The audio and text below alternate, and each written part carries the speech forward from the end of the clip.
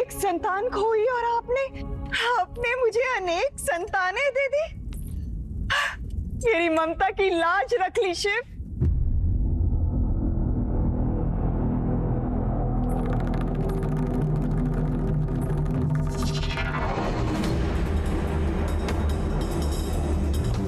तुमने इन्हें संतान कहने का अधिकार खो दिया है, क्योंकि तुम में ममता का परमार्थ नहीं, स्वार्थ था।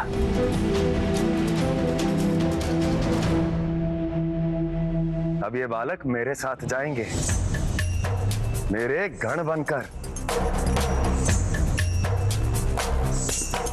ताकि ये संपूर्ण संसार स्मरण रखे कि कोई भी माता पिता एक संतान को अपनी स्वार्थ सिद्धि के लिए जन्मेंगे तो वो संतान उनसे सदैव के लिए दूर हो जाएगी।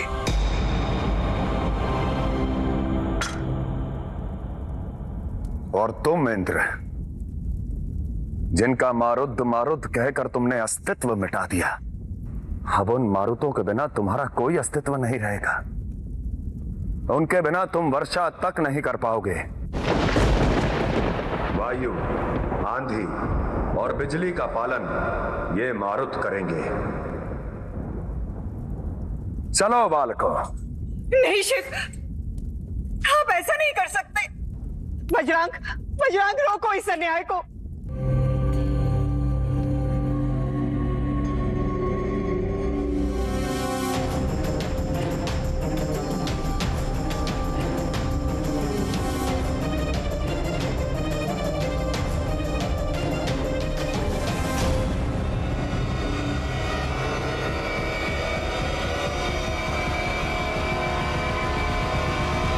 इससे उपयुक्त न्याय हो ही नहीं सकता था माता।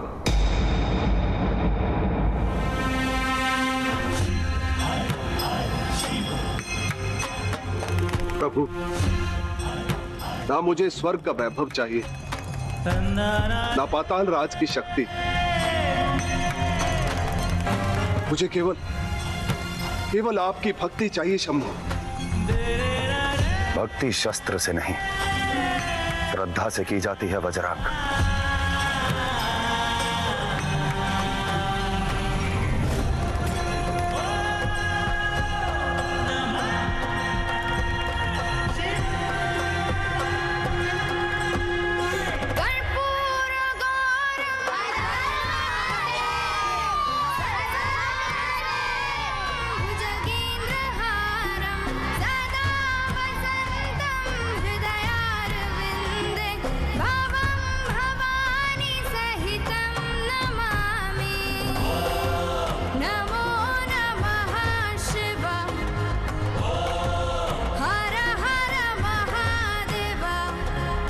अब समझ आया कि आप मेरे आराध्य के भी आराध्य क्यों हैं शिव।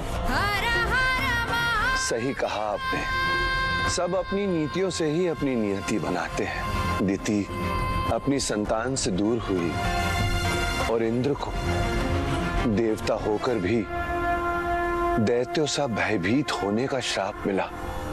दैत्य होकर देवों वाला वरदान मिला वज्रांग को, और इन मारुतों को तो वो मिला जो आज तक किसी देव, दैत्य, दानव किसी को नहीं मिला।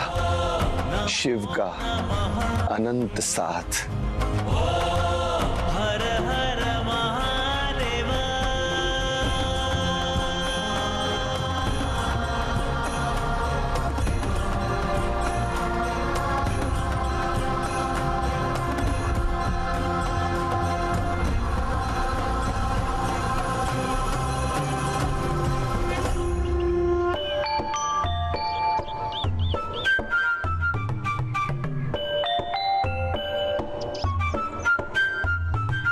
अरे मारुत, क्या कर रहे हो? हाथ छोड़ो। मैं तुम सबके साथ हूं, मुझे पकड़ने की कोई आवश्यकता नहीं। बस मेरे साथ चलो। घर अब आ ही गया है, चले? चलो।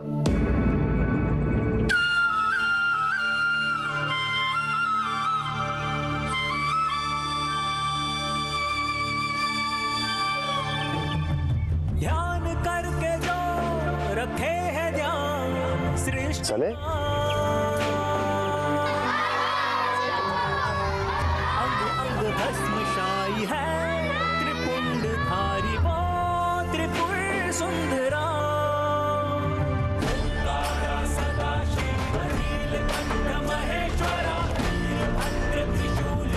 शिव एकांत में रहते हैं, ना कोई भवन और ना ही कोई साथी।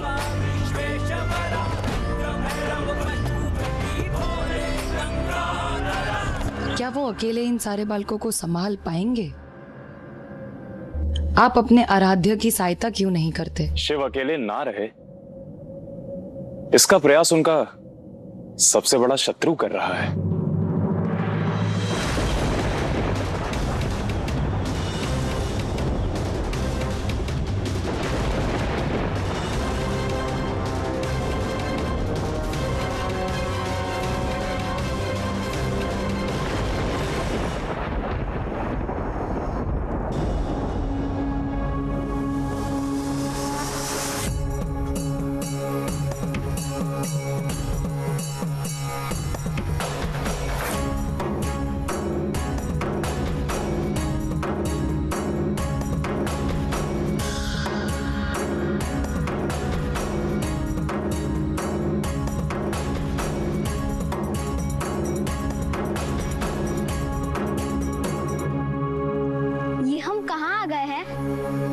यही तो घर है।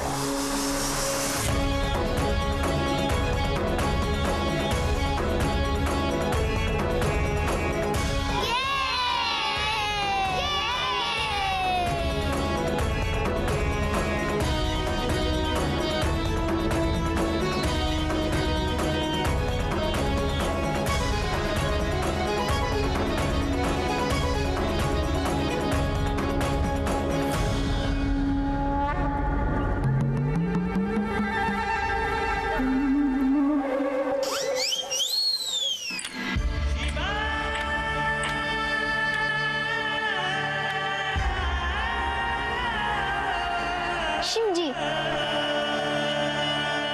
ये घर है ना ही छत है ना शैया।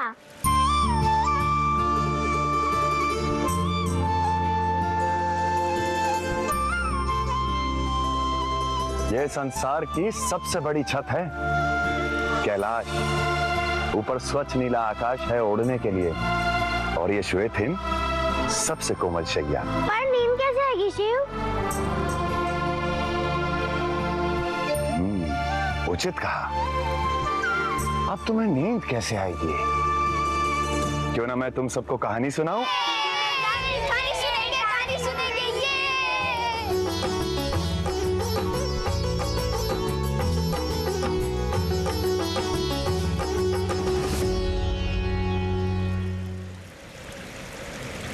छिप कर क्यों बैठे हैं देवऋषि नारद? आइए आप भी कहानी सुन लीजिए। प्रभु, आप जानते थे कि मैं यहाँ पर हूँ? मैं ये भी जानता हूँ कि आपके हृदय में एक बात है जो आप कहना चाहते हैं किंतु कह नहीं पा रहे। ऐसा क्या है जो आप नहीं जानते? आइए। शिवगणों, ये है देवऋषि नारद। चलो सभी प्रणाम करो इन्हें। सदा खुश रहो, सदा खुश रहो। आ जाओ। प्रभु, सच में पूछ लूं जो पूछना है? यदि मैं ना कहूंगा तो क्या आप नहीं पूछेंगे देवऋषि? मन की अपच पेट की अपच से कहीं अधिक भयंकर होती है। पूछ लीजिए। प्रभु, पहले ठीक था, परंतु अब आपको नहीं लगता कि आपके साथ कोई होना चाहिए? उचित कहा आपने नारद मुनि, परंतु मेरे पास मेरे शिवगण है ना। क्यों शिवगणों? ये तो है ही प्रभु, मैं इनकी बात नहीं कर रहा। मैं कह रहा हूं कि आपके साथ कोई होना चाहिए जो आपका कैलाश का और इन बच्चों का ध्यान रख सके। परंतु क्यों देवऋषि नारद, जब अब तक मैंने स्वयं को संभाला है तो क्या मैं अपने गणों का ध्यान नहीं रख सकता?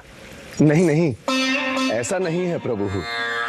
मेरा तात्पर्य है कि जैसे वैकुंठ में नारायण के साथ देवी लक्ष्मी है और ब्रह्मलोक में पिता ब्रह्मदेव के साथ देवी माता सरस्वती हैं, वैसे आपके साथ भी कोई होना चाहिए ना।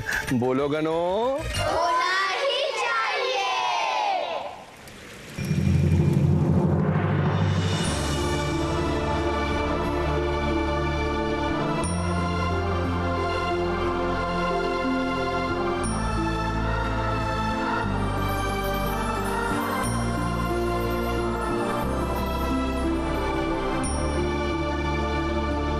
प्रभु,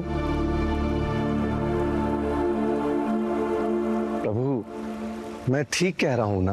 देवऋषि, विवाह के पश्चात पत्नी को एक सुंदर जीवन देना होता है, और मेरे पास क्या है? श्रृंगार के लिए भस्म, उलझी जटाएं और कहने को केवल गहरा चिंतन,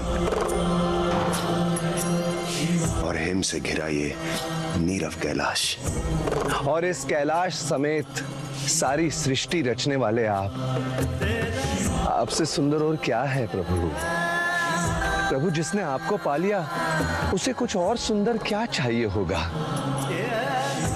मानता हूं कि मैं स्वयं ब्रह्मचारी हूं, पर मेरी मानिए प्रभु, आप विवाह का मन बना ही लीजिए। सोचिए प्रभु, कोई होगा जो प्रेम से आपके पांव दबाए, जो प्रेम से आपसे मधुर मधुर बातें करे, और जो प्रेम से इन गणों को नहलाए धुलाए, इनके लिए भोजन पकाए, और आप सब। देवऋषि नारद, आप ज्ञानी हैं और ये सब जानते हैं, किंतु जिस बात का अनुभव ना हो उसका विवरण करने से बचना चाहिए। आप स्वयं एक ब्रह्मचारी हैं, आप विवाह की बात ना करें। जी जी प्रभु।